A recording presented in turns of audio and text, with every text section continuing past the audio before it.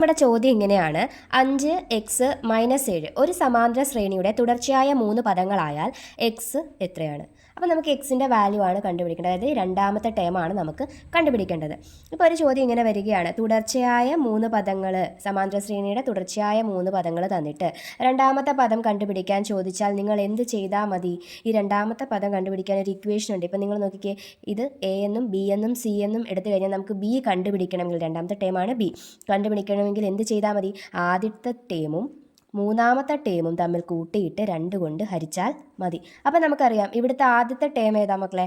5 അല്ലേ? 5 പ്ലസ് മൂന്നാമത്തെ ടേം ഏതാണ്? -7. -7/2.